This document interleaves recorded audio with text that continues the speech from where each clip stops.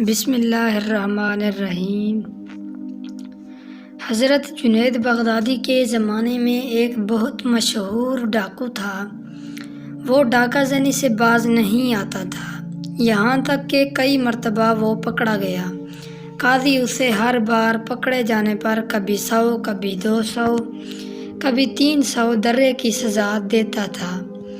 اسے اس وقت تک 16,000 درے لگ چکے تھے، مگر وہ اس کبھی کام سے باز نہیں آتا تھا، حتیٰ کہ اس کا ایک ہاتھ بھی کاٹ دیا گیا، مگر وہ باز نہ آیا اور اپنے ایک ہاتھ سے ہی چوری اور ڈاکہ زنی کرتا رہا۔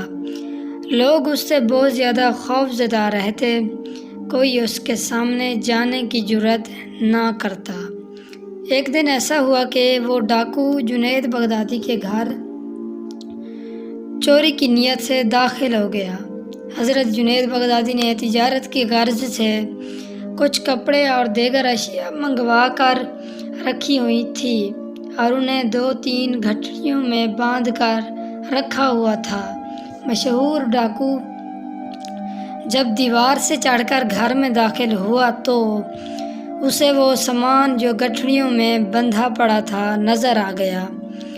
وہ ایک ہاتھ ہونے کے باعث ان کو اٹھا کر لے جانے سے قاصر تھا اور ابھی یہی سوچ رہا تھا کہ کسی کو اس سامان کو اٹھا لے جانے کے لیے مدد کے لیے لایا جائے کہ اسی اثناء میں حضرت جنید بغدادی رحمۃ اللہ نماز تہجد کے لیے نیند سے بیدار ہوئے اور اپنے گھر کے صحن میں تشریف لائے۔ ڈاکو کی نظر آپ پر پڑی اور اس نے سمجھا کہ شاید یہ اس گھر کا کوئی نوکر ہے جو مالک کے بیدار ہونے سے قبل گھر کے کام کے لیے بیدار ہوا ہے۔ اس نے حضرت جنید بغدادی کو نہایت سخت آواز میں اپنے پاس بلایا، ادھر آؤ اور یہ گٹھڑی اٹھا کر میرے سر پر رکھو۔ حضرت جنید بغدادی رحمۃ اللہ اس کی جانب بڑھے اور گٹھڑی اٹھا کر اس کے سر پر رکھ دی۔ اس نے جب دیکھا کہ گھر کا ایک نوکر اس کے رابطے میں آ چکا ہے اور وہ میرے حکم مان رہا ہے تو اس نے بجائے اپنے سر پر گٹھڑی اٹھوانے کے حضرت جنید بغدادی رحمۃ اللہ کے سر پر گٹھڑی اٹھوانے کا ارادہ کیا اور انہیں اسی سخت لہجے میں حکم دیا کہ میرے سر پر یہ گٹھڑی نہ رکھو بلکہ اپنے سر پر رکھو۔ حضرت جنید بغدادی رحمۃ اللہ تیار ہو گئے۔ اس نے اپنے ایک ہاتھ سے گٹھڑی اٹھا کر آپ رحمۃ اللہ کے سر پر رکھنے میں مدد کی۔ جب آپ رحمۃ اللہ نے گٹھڑی سر پر اٹھا لی تو اس نے حکم دیا کہ جلدی کرو اور میرے ساتھ چلو، فجر ہونے والی ہے اور سورج کی روشنی ہو جائے گی، اس سے پہلے تم نے یہ گٹھڑی میری مطلوبہ جگہ تک چھوڑ کر آنی ہے، اور اگر تم نے دیر کی تو میں ڈنڈے سے تمہاری مرمت کروں گا۔ حضرت جنید بغدادی رحمۃ اللہ اپنا مال اپنے سر پر رکھ کر اس کے گھر کی جانب چل پڑے۔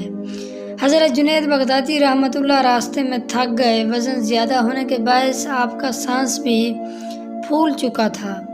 آپ کی رفتار آہستہ ہو جاتی جس پر وہ بدنام ڈاکو آپ کو ڈنڈے سے مارنے لگ جاتا، یہاں تک کہ حضرت جنید بغدادی رحمۃ اللہ وہ گٹھڑی سر پر اٹھائے اس کے گھر تک پہنچا دیتے ہیں اور گھر واپس آ جاتے ہیں۔ بدنام ڈاکو نے ایک دن گزارا۔ وہ رات کو نہایت اطمینان سے سویا اور اگلی صبح اٹھا۔ اسے خیال آیا کہ جس گھر کی میں نے گزشتہ روز چوری کی اور سامان اسی گھر کے نوکر کے ذریعے جہاں تک لایا ہوں، کہیں وہ میرا راز فاش نہ کر دے۔ مجھے اس سے متعلق خبر رکھنی چاہیے اور وہ چل کے دیکھنا چاہیے کہ آیا وہاں لوگ جمع ہیں یا نہیں۔ اگر جمع ہوئے تو یقیناً اس نوکر نے میرا راز فاش کر دیا ہوگا اور وہ تفتیش کر رہے ہوں گے، اور اگر وہاں خاموشی ہوئی تو یقیناً نوکر نے میرے متعلق کسی کو ڈر کے مارے نہیں بتایا ہوگا۔ چنانچہ وہ آپ رحمۃ اللہ کے گھر کی جانب چل پڑا۔ وہاں پہنچ کر کیا دیکھتا ہے کہ لوگ آ رہے ہیں اور گھر میں قطار در قطار داخل ہو رہے ہیں۔ گھر میں داخل ہونے والے افراد شکل سے نہایت پرہیزگار اور متقی لگ رہے تھے۔ وہ بڑا حیران ہوا۔ اس نے کسی سے پوچھا کہ یہ لوگ کہاں جا رہے ہیں؟ اسے بتایا گیا کہ کیا جانتے نہیں کہ یہ گھر ایک بہت بڑے شیخ پیر کامل ولی کا ہے؟ اس نے پوچھا کیا میں ان کو دیکھ سکتا ہوں؟ بتایا گیا کہ ہاں دیکھ سکتے ہو۔ معلومات دینے والے نے اسے اپنے ساتھ لیا اور گھر میں داخل ہو گیا۔ اس دوران ڈاکو نے اپنا کٹا ہوا ہاتھ چھپا لیا کہ کہیں گھر کا نوکر اسے پہچان نہ لے۔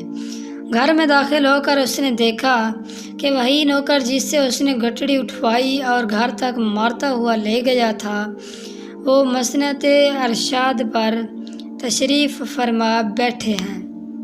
معلوم کرنے پر پتہ چلا کہ یہ حضرت جنید بغدادی رحمۃ اللہ ہیں، جو ولی کامل ہیں۔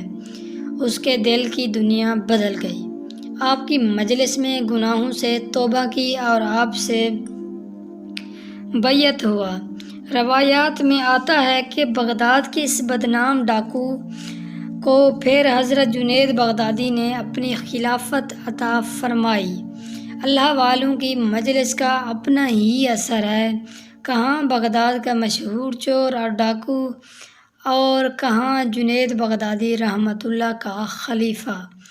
یہ اللہ والوں کی محفل کا اثر تھا کہ دل کی دنیا بدل گئی۔ میری دعا ہے کہ اللہ تعالی ہم سب کو اسلام کے راستے پر چلنے کی توفیق عطا فرمائے، آمین۔